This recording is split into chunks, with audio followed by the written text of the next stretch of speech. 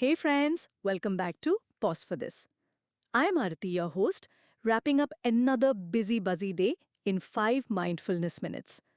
Today, I'm doing something a little different but incredibly powerful. I'm writing a letter to my future self, the one keeping watch on her neighbors in her 70s. And I'm reminding her not to be grumpy. Why did this pop up in my head? It did because of a conversation I had yesterday with a loved one. She said, when you grow old, please don't be grumpy. Just remember that your present self will hate your future self if you're grumpy. And it kind of hit me. Let's face it, even peaceful souls can become perpetual grouches if they are not careful. And nobody wants to be the old lady muttering, in my day or get off my lawn. So, let's dive into why writing to your future self matters. Then I'll read my letter. Yes, I wrote it right now. And I'll invite you to try it too. Let's do this. I first came across Letter to Future Self in TV series. Usually kids writing to their 25-year-old selves about being astronauts, millionaires, or married to Bollywood stars. Cute. But if I had written to my 30-year-old self, it would have just been, Dear 30-year-old me, get a job, take a vacation to a place you love, etc. Basically, everything about achievement, material aspirations. But I want to write a letter to my 70-year-old self, and the content is going to be very different. I've seen how people age, family, neighbors. Some stay joyful, curious, hilarious. Others, well, let's just say not so much. I had this idea brewing in my mind about what I wanted to write when I began reading the book Thursday Murder Club. The book is about a group of people in their late 70s or early 80s form a club to solve cold cases when an actual murder rocks their retirement community. Yes, they've got aches, doctor's visits, and emotional baggage, but they've also got wit, humor, and a refusal to sit quietly. That energy, that's who I want future me to be. If you, my dear listeners, think that this is just a silly game, let me tell you that writing a letter to your future self isn't sentimental fluff. It's serious self care. Studies show letter writers who consciously connect with their future selves are likelier to make long term decisions, think better saving, habits, goal focus. These letters also help clarify values. They anchor your goals to what's meaningful, like relationships, calm evenings, or maybe just remembering to smile at strangers. You end up writing to a version of yourself you care about, admit your flaws, encourage yourself. It's like daily therapy, but way cheaper. When read later, boom, you meet your past self, feel how far you've come, and it creates emotional continuity. With that being said, let me begin my letter. Dear 70-year-old me, if you're reading this when you're 70, congratulations. You've outlasted half a dozen smartphone generations and probably rejected 8 of them because the old one is fine, and probably survived an almost AI apocalypse.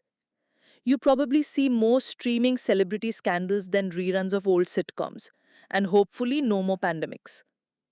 I know you've likely traveled widely, devoured more books than Amazon ever printed, and built up decades of stories. But here's the most important message I've written today. Don't be a grump. I'm talking about middle of the night mumble, why is the Wi Fi so slow, or why can't we do what we did back in the day anymore? Yes, I know by then robots will clean your house, grandchildren will fix themselves breakfast. Yet, if you're still grumbling at your smartphone's voice tone, we've lost. Yes, even if the Wi Fi lags, even if the neighbor's dog is louder than your hearing aid, grumpy is optional. Let me create a list of things to remind you of what you promised yourself. 1. If your morning or afternoon tea arrives late, don't frown. You never needed tea or coffee, remember? And if it's still you who's cooking, then cut yourself some slack. Just remind yourself that you could survive on just cold milk or curd rice. 2. If a 20-year-old shows up wearing banana print boots, don't judge. Remember all the crazy fashion trends back in the day or the loud music you listened to? 3. If you promised yourself a daily walk, Even if it's just to gossip, do it. I expect a quarterly report. 4. Don't complain about hard pillow or lumpy bed. If you're not getting enough sleep, work on it, and then the pillow, bed, or comforter won't bother you. 5. If you don't control the TV remote, watch what is playing on TV. You have watched a lot of crappy TV all your life, so maybe even a break from TV will do no harm. 6. Count at least 20 laughs a week, even if half of them are at cat videos or dad jokes from WhatsApp forwards. Preferably during evening, catch up with a friend. Laughter equals mental oxygen.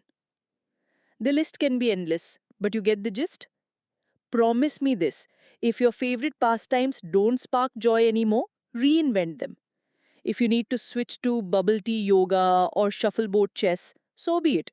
Just keep choosing curiosity over cynicism. Grumpy behavior is optional, curiosity is forever. With luminous, stubborn optimism, your 2025 self. And now it's your turn. Grab a pen or your phone and take 3 minutes. Aim your letter 10 or 20 years into the future. Then, name one habit you never want in your future. Like, do not become the person who yells at the toaster. Or in your letter, you might predict things like, please tell me self driving cars exist. Or ask a future you should answer.